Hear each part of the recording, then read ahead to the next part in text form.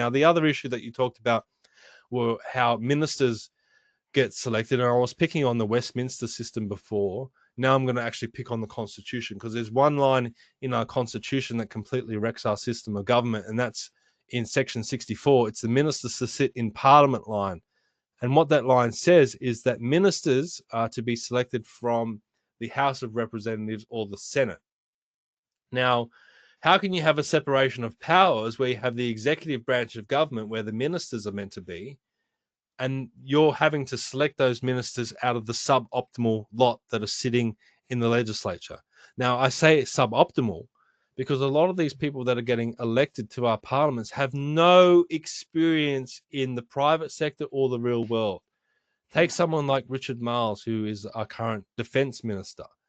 The bloke joined the Union Club in his first week of university. If you look at his progression throughout his career, he's basically been a union hack the whole way through. He had no experience in the private sector before getting elected to Parliament in 2007.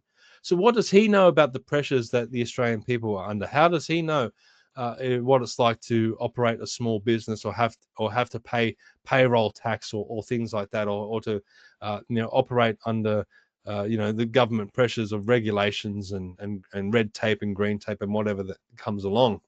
Now he's Minister for Defence. I mean, John Ruddock said at one of our recent events in Sydney, the bloke probably doesn't even know how to fire a gun.